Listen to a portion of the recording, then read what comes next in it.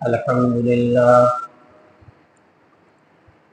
لله وكفى وسلام على عباده الذين اصطفى أما بعد أعوذ بالله من الشيطان الرجيم بسم الله الرحمن الرحيم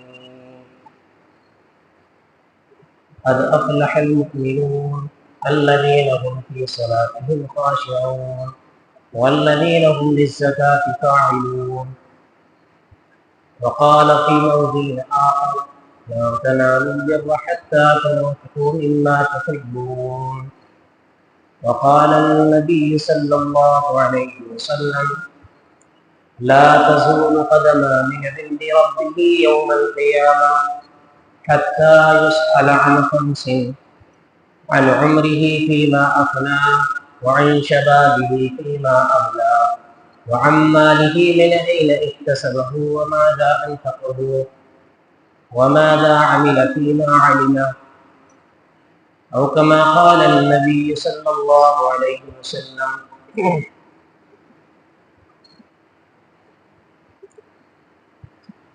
ایک مرتبہ درود شریف پڑھیں اللہم صلی اللہ علیہ وسلم صلی اللہ تعالی علیہ وسلم وعلی آلہ ابراہیم انک حمید مجید بسم اللہ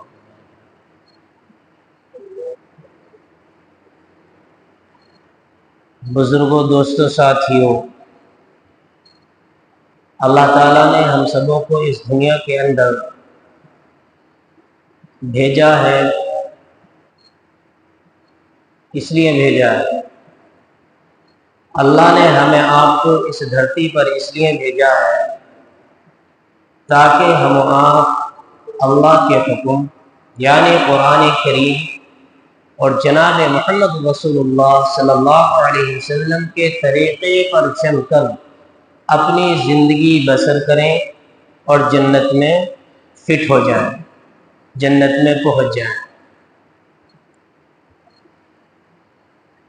اگر ہمارا اور آپ کا رشتہ اللہ سے مضبوط ہوگا تو یقین جانیے ہم اللہ والے بن جائیں گے۔ نبی صلی اللہ علیہ وسلم سے مضبوط ہوگا تو ہم آپ انشاءاللہ نبی والے بن جائیں گے، اور جو بندہ اس دھرتی پر اللہ والا بن جائے، نبی والا بن جائے، یقین جانیے وہ بندہ اس دنیا کے اندر بھی کامیاب ہوگا اور آخرت کے اندر بھی کامیاب ہوگا۔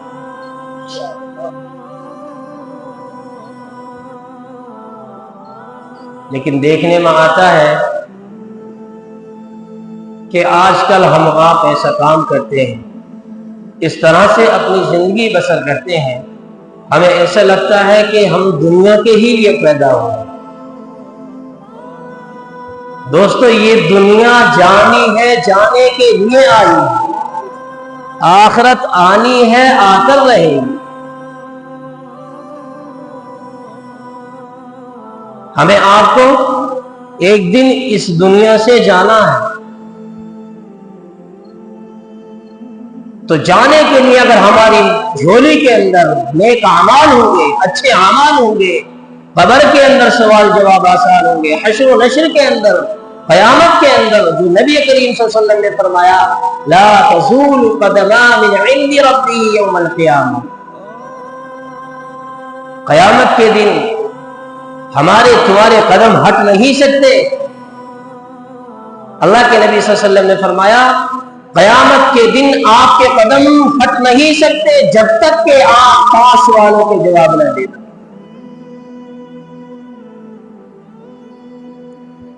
دیکھیے، محدث کی، فقیہ کی، کسی بھی مولوی کی، کسی بھی آدمی کی زبان جھوٹی ہو سکتی ہے، لیکن سچوں کے سچے امام الانبیاء صلی اللہ علیہ وسلم کی زبان جھوٹی نہیں ہو سکتی۔ نبی نے فرمایا قبر کے اندر سوال ہوئیں گے تو ضرور ہوئیں گے سوال۔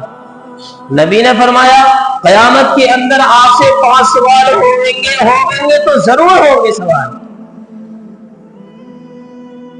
اللہ ہماری پوری عمر کے بارے میں پوچھے گا، یعنی عمر ہی فیما افنا، کہ آپ نے ساری عمر کہاں لگائی، تو ہم کیا اللہ کو جواب دیں گے؟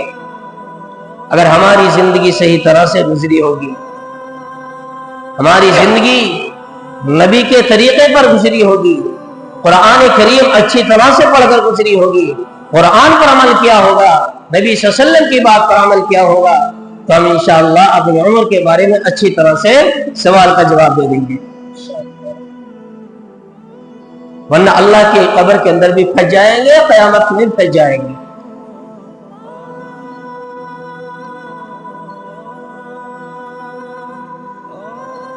اسی طرح سے اللہ کے نبی صلی اللہ علیہ وسلم نے فرمایا وَعِن شَبَابِهِ فِيمَا أَبْلَى، اللہ دوسرا سوال کرے گا آپ نے اپنی جوانی کو کہاں لگایا؟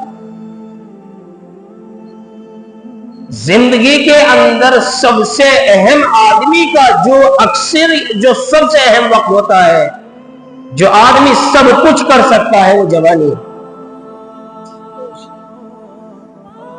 جوانی ایک اللہ نے ایسی نعمت بنائی ہے کہ اگر جوان آدمی چاہے کہ مجھے یہ پہاڑ توڑنا ہے تو پہاڑ ٹوٹ جائے۔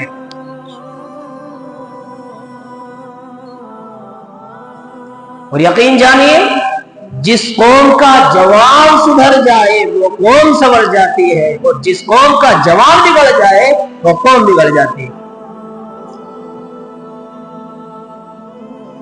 بوڑھے مشورہ دیتے ہیں اور جوان کام کرتے ہیں، بوڑھے مشورے دیتے ہیں اور جوان کام کرتے ہیں۔ جوانی ایک ایسی چیز ہے جیسا کہ انسان کے بدن کے اندر ریڑھ کی ہڈی ہے،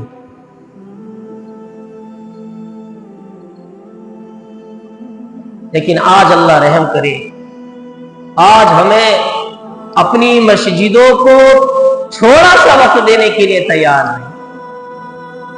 بیچارے متولی صاحب کہتے ہیں کہ مسجد کے اندر یہ کام ہونا ہے، بس کان دبائے باہر کہ اور کر لیں گے اور کر لیں گے اور کر لیں گے۔ مسجدوں کی خدمت چھوٹی موٹی نہیں ہے، اگر تم اس گھر کی حفاظت کرو گے اللہ تمہارے گھروں کی حفاظت کرے گا۔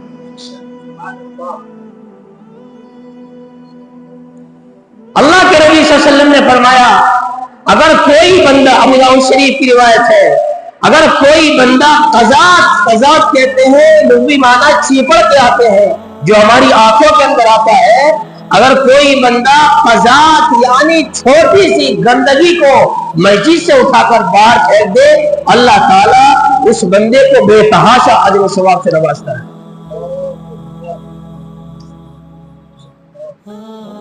مولانا حسین احمد مدنی رحمۃ اللہ علیہ شیخ العرب والعجم، اگر کوئی کہتا تھا اللہ نے آپ کو اتنا بڑا شیخ بنایا کہ آپ کہاں سے کہاں پہنچ گئے، عرب کے بھی شیخ کہلائے، عجم کے بھی شیخ کہلائے، پوری دنیا آپ کو شیخ الاسلام تسلیم کرتی ہے، وجہ کیا ہے؟ انہوں نے کہا مسجد کی صفائی اور مسجد کا احترام اور مسجد میں اپنے وقت کو لگانے کی وجہ سے اللہ نے مجھے یہاں سے یہاں پہنچا دیا ہے۔ مسجدوں کی خدمت چھوٹی موٹی نہیں ہے، مسجدوں کی صفائی کا چھوٹا موٹا کام نہیں سمجھنا چاہیے، اور یہ نہیں سمجھنا چاہیے کہ مسجد صرف وہی کرے گا جو متولی ہوگا یا وہ کرے گا جو کہ یہاں کا ذمہ دار ہوگا، ایسا نہیں ہے، بلکہ صفائی کی ذمہ داری، مسجد کے ایک ایک کام کی ذمہ داری اس بندے کی ہے جو مسجدوں کے اندر تشریف لاتے ہیں اور جو ایمان رکھتے ہیں۔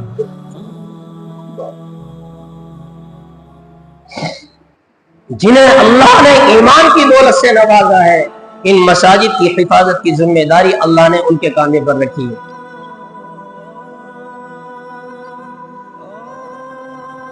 اسے دوستو آج کے بعد انشاءاللہ مسجدوں کی حفاظت کریں گے، ہر اعتبار سے حفاظت کرنی ہے انشاءاللہ۔ مان لیجئے اب کہیں مت جائیے، مان لیجئے آپ کی مسجد کے اندر کام چل رہا ہے، شاید ہو رہا نہیں ہو رہا مجھے تو خیر پتہ نہیں ہے نا، ہو رہا ہے تو جس بندے کی جس بھی اعتبار سے جو بھی حیثیت ہو اپنے اعتبار سے لگا دے گا تو انشاءاللہ وہ کامیاب ہوگا۔ اگر ایک اینٹ بھی لگائے گا تو وہ اینٹ کل قیامت کے دن اس کے لیے گواہی دے گی۔ اللہ کا قرآن فرماتا ہے لن تنالوا البر حتى تنفقوا مما تحبون، تم ہرگز بھلائی کو جب تک نہیں پہنچ سکتے جب تک کہ تم اپنی گاڑی کمائی سے، اپنے خون پسینے کی جو کمائی آپ اپنی جیب کے اندر لے کر آئے ہو اس مال کو آپ اللہ کے راستے میں خرچ نہ کریں۔ مسجدوں کے اندر صدقہ زکات نہیں لگتی ہے، کبھی آپ زکات کے پیسے مشین میں لگا لگے۔ آج کا تو اللہ رحم کرے، آدمی تھوڑا وہ دیتے ہیں مسجدوں کو مدرسے کو تو 36 آدمیوں میں بیٹھ کر اپنے نام کو بلند کرانا چاہتے ہیں۔ ہم نے مسجد کے اندر گھنٹہ لگایا ہے، وہ گھنٹہ لگ رہا ہے، ہم نے مسجد کے اندر وہ دیوار جو کروائی ہے وہ ہم نے کروائی ہے۔ ایسا نہیں ہونا چاہیے۔ ارے مان لیجئے اللہ نے کسی کے ہاتھ سے مسجد بنوا دی، مسجد کا کام کروا دیا، تو اس چیز کا اجر اللہ سے لینا ہے یا بندوں سے لینا ہے؟ بتاؤ، اللہ بندوں سے ہی لینا ہے تو بندوں میں نام کر لو۔ اللہ کے نبی صلی اللہ علیہ وسلم نے فرمایا کل قیامت کے دن وہ بندہ جو مسجد مدرسے کو صرف اپنے دکھلاوے کے لیے بنائے کہ میں نے مدرسہ بنایا، میں نے مسجد بنوائی، میں نے اللہ کے واسطے میں اتنا خرچ کیا، صرف لوگ یہ کہیں کہ میں سخی ہوں، یہ ہوں، وہ ہوں، اللہ کے نبی صلی اللہ علیہ وسلم نے فرمایا دوزخ کے اندر سب سے پہلا جائے۔ دوزخ میں سب سے پہلے کون طبقہ ہوگا؟ حدیث شریف کے اندر ہے، اللہ کے نبی صلی اللہ علیہ وسلم نے فرمایا ایک وہ علماء کی جماعت جس نے دکھلاوے کے لیے علم دین سیکھا کہ لوگ مجھے عالم کہیں، لوگ مجھے مفتی کہیں، لوگ مجھے حافظ قرآن کہیں، اگر دکھلاوے کے لیے علم دین سیکھا ہے، نبی صلی اللہ علیہ وسلم نے فرمایا دوزخ کے اندر سب سے پہلے جائے گا۔ بتلائیے۔ اور دوسرا بندہ جس نے اللہ کے راستے میں جہاد کیا ہو، لیکن اس لیے جہاد کیا ہو کہ لوگ مجھے بڑا بہادر تھا، جیسے سر کٹا دیا بس بہادری کی وجہ سے، کہ لوگ مجھے بہادر کہیں، یہ وہ کہیں، نبی صلی اللہ علیہ وسلم نے فرمایا سب سے پہلے دوزخ میں جائے گا۔ اور اخلاص کے ساتھ اگر کسی نے علم دین حاصل کیا، نبی صلی اللہ علیہ وسلم نے فرمایا کھلی جنت میں جائے گا۔ اخلاص کے ساتھ اگر مسجد مدرسہ بنوایا، اخلاص کے ساتھ کسی غریب محتاج کی مدد کی، اخلاص کے ساتھ جو ہے یتیموں کی، مساکینوں کی، محتاجوں کی مدد کی، نبی صلی اللہ علیہ وسلم نے فرمایا جنت میں جائے گا۔ آپ صلی اللہ علیہ وسلم نے فرمایا اگر کسی مسکین محتاج کو کپڑا پہناؤ، اللہ جنت کا لباس پہنائے گا۔ اگر کسی مساکین محتاج کو کھانا کھلاؤ پلاؤ، اللہ تمہیں جنت کے میوے کھلائے گا، اللہ تمہیں ایسی شراب پلائے گا جنت کی جو آپ بالکل پاک و صاف ہو جائیں گے، شراباً طہورا۔ اسے دوست اپنے اعمالوں کو درست کرو، اللہ کے راستے میں خرچ کرنا سیکھو۔ یہ نہیں کہ جب کریں گے ہو جائے گا، ہو جائے گا، ہو جائے گا، یہ مت سوچنا چاہیے کہ نماز پڑھ لیں گے، ابھی تو جوانی ہے، پڑھ لیں گے، پتہ چلا قبر میں پڑا، اللہ نے نماز ہی نہیں بنایا۔ دوستو گندگی کی زندگی سے نکلو، اپنے آپ کو نبی صلی اللہ علیہ وسلم کی زندگی کے مطابق ڈھالو، اپنے آپ کو جناب محمد رسول اللہ صلی اللہ علیہ وسلم کی زندگی پر لے کر آؤ، اللہ کے قرآن پر لے کر آؤ۔ آج کل تو اللہ رحم کرے ہمارا مسلم طبقے کے اندر بھی تقریباً 100 میں سے 70% آدمی وہ ہیں جنہیں نماز بھی صحیح طرح سے یاد نہیں ہے، بس آ رہے نماز پڑھ رہے جیسی ہو رہی ہے۔ مان لیجئے آپ کے امام صاحب موجود ہیں یا اور بھی محلے کے اندر کوئی بھی حافظ و قاری موجود ہے نا، اس سے آپ نماز سیکھ لیجئے۔ بھئی ہمیں نماز سکھا دو، نماز یاد نہیں ہے، ہمیں قرآن یاد نہیں ہے، قرآن سکھا دو۔ یاد رکھنا دوستو، قرآن کریم ضرور پڑھ لو، کبھی ایسا نہ ہو کہ اللہ کا قرآن کل قیامت کے دن آپ کا گلا پکڑ لے، آپ کا گریبان پکڑ لے۔ اور اپنی اولاد کو قرآن کی تعلیم ضرور سکھاؤ۔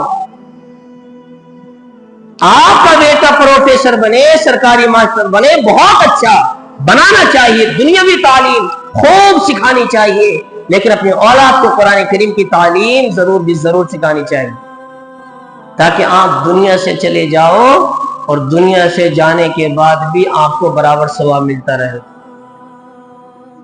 ایک تو نیک بنانے کا ثواب ملے گا، نبی صلی اللہ علیہ وسلم نے فرمایا، اور دوسرا آپ کے بعد قرآن پڑھ کر بھی ثواب کرے گا، وہ ایسا ثواب کرے گا۔ نبی صلی اللہ علیہ وسلم نے فرمایا جب بندہ دنیا سے چلا جاتا ہے جب بندہ دنیا سے چلا جاتا ہے قبر کے اندر تو اس کے 3 اعمال دنیا کے اندر بھی باقی رہ جاتے ہیں، یعنی ان کا برابر ثواب ملتا رہتا ہے۔ آپ صلی اللہ علیہ وسلم نے فرمایا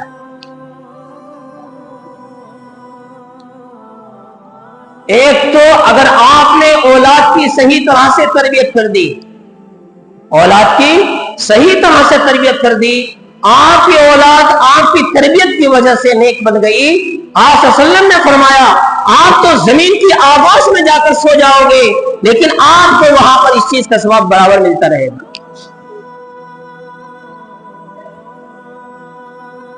اور دوسرا صدقہ کرنا، صدقہ کرنا، اپنے اعمال، اپنے جو ہے کمائی سے کچھ نکالنا، اپنے پیسے سے کچھ مال نکالنا اللہ کے راستے میں۔ نبی صلی اللہ علیہ وسلم نے فرمایا آپ قبر کی تہہ میں پہنچ جاؤ گے، اس چیز کا ثواب، صدقے کا ثواب آپ کو وہاں پر قبر کے اندر برابر ملتا رہے گا۔ اور تیسرا قرآن کریم کو سیکھنے سکھانے کا ثواب قبر کے اندر برابر ملتا رہتا ہے۔ اس لیے بھائیو، جو بندہ قرآن پڑھا ہوا نہیں ہے وہ قرآن کریم ضرور سیکھ لے۔ یہ نہیں سوچنا چاہیے کہ اب ہم بوڑھے ہو گئے قرآن نہیں پڑھا جائے گا، ایسا نہیں ہے۔ جب آدمی کھا سکتا ہے، پی سکتا ہے، تو آدمی قرآن کریم کیوں نہیں پڑھ سکتا؟ بتلائیے، اللہ کا قرآن کیوں نہیں سیکھ سکتا آدمی؟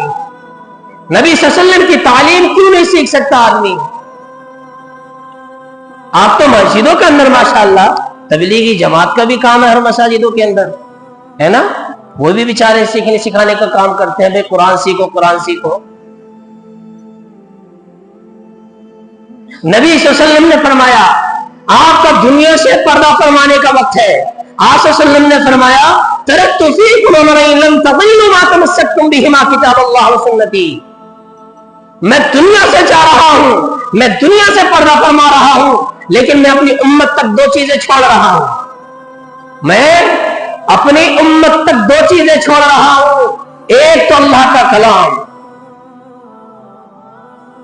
دوستو، یہ اللہ کا جو کلام ہے، یہ اللہ کا کلام تمام دنیاوی کتابیں، چاہے آسمانی کتابیں ہوں، چاہے زمینی کتابیں جتنی بھی ہوں، جو بھی آدمی بنا رہے ہوں، ان سب کتابوں پر سب سے افضل کتاب وہ اللہ کا کلام ہے۔ نبی صلی اللہ علیہ وسلم نے فرمایا کتاب اللہ، اللہ کا کلام، اللہ کے کلام کو مضبوطی سے تھام لینا۔ اللہ نے اس قرآن کریم کو سب سے اعلیٰ فرشتے کے ذریعے اور سب سے اعلیٰ ذات پر، اور ذات مقدسہ جو اللہ کی ذات ہے، اللہ نے اپنی ذات سے نکالا ہے، جناب محمد الرسول اللہ صلی اللہ علیہ وسلم پر اتارا ہے، تدریجاً اتارا ہے، دھیرے دھیرے اتارا ہے۔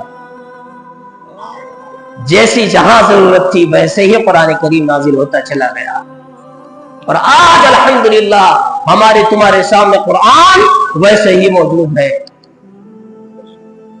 اسی لیے تو اللہ نے اس قرآن کی حفاظت کی ذمہ داری بھی اپنے کاندھے پر لی ہے۔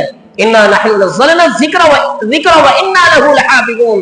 اللہ نے قرآن میں فرمایا ہم نے اس قرآن کریم کو دھرتی پر اتارا ہے، لیکن اس کی حفاظت کی ذمہ داری بھی اللہ نے کہا کہ ہمارے اوپر ہے۔ اللہ نے تمہیں اس کی ذمہ داری بھی نہیں دی۔ اگر ہم قرآن نہیں پڑھیں گے تو اپنا بگاڑیں گے، اللہ کا کچھ نہیں بگاڑ سکتا، یاد رکھیں۔ تو اللہ نے کیا فرمایا؟ نبی صلی اللہ علیہ وسلم نے ترکت فیکم امرین، میں دنیا کے اندر 2 چیزیں چھوڑ رہا ہوں، جب تک میری امت ان 2 چیزوں کو مضبوطی سے تھام لے گی، اپنی کچریوں سے دبا لے گی، میری امت کبھی گمراہ نہیں ہوگی، میری امت کبھی اپنے راستے سے بھٹک نہیں سکتی۔ ایک تو اللہ کا کلام، اور دوسرا وسنتی، نبی صلی اللہ علیہ وسلم کا طریقہ۔